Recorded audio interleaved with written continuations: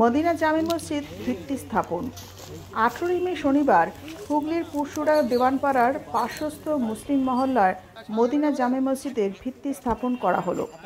ফুরফুরা শরীফের ভূমিপুত্র ও all Bengal minority অ্যাসোসিয়েশনের সভাপতি হাফেজ মৌলানা আবু আফজাল জিন্নাহ সাহেবের হাত দিয়ে ভিত্তি স্থাপনের সূচনা হয়।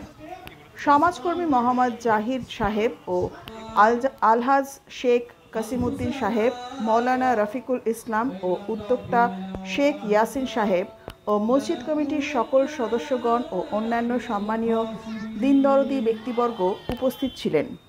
মহল্লাবাসীর জন্য বক্তব্যে আবু আফজাল জিন্নাহ বলেন, মহল্লাবাসী ছোট বড় সকলে মসজিদে জামায়াতের সঙ্গে নামাজ আদায় করবেন। সম্মানীয় ইমাম সাহেবের নিকট তালিম গ্রহণ করতে হবে সকলকে।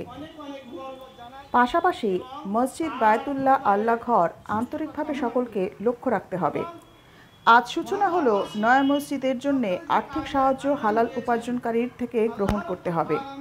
আমি মনে করি মহল্লাবাসী এখন থেকেই বাচ্চাদের প্রাথমিক দ্বীনি শিক্ষা অর্জন করার জন্য ইমাম সাহেবের কাছে দৈনন্দিন পড়তে পাঠাবে এবং মসজিদের গুরুত্ব নিয়ে কোরআন ও হাদিস পাকের দৃষ্টিকোণ থেকে বিস্তারিত আলোকপাত করেন।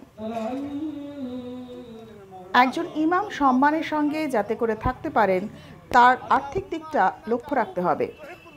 খাস দোয়ার মজলিসে মৌলানা করিমুল্লাহ সাহেব মহল্লাবাসী ও সকলের জন্য দোয়া করে সমাপ্ত ঘোষণা করেন। হুগলি থেকে বিশেষ রিপোর্ট, সত্যম নিউজ। জাহিদ সাহেব সহ সমস্ত উলামা ইকরাম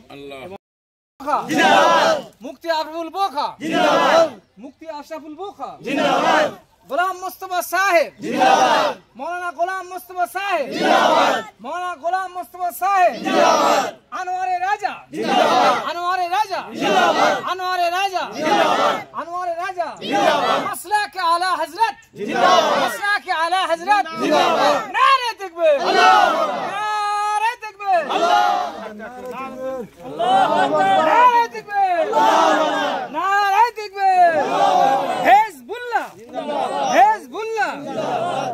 আচ্ছা আর দুটো করে ওই লাইনে করে আসুন না সবাই, এই জাহির ভাই, নারে তাকবীর, সবাই একটা দিক জাহির ভাই, জাহির ভাই আছে, নারে তাকবীর, নারে তাকবীর, আল্লাহু আকবার। জামে মসজিদ মদিনা।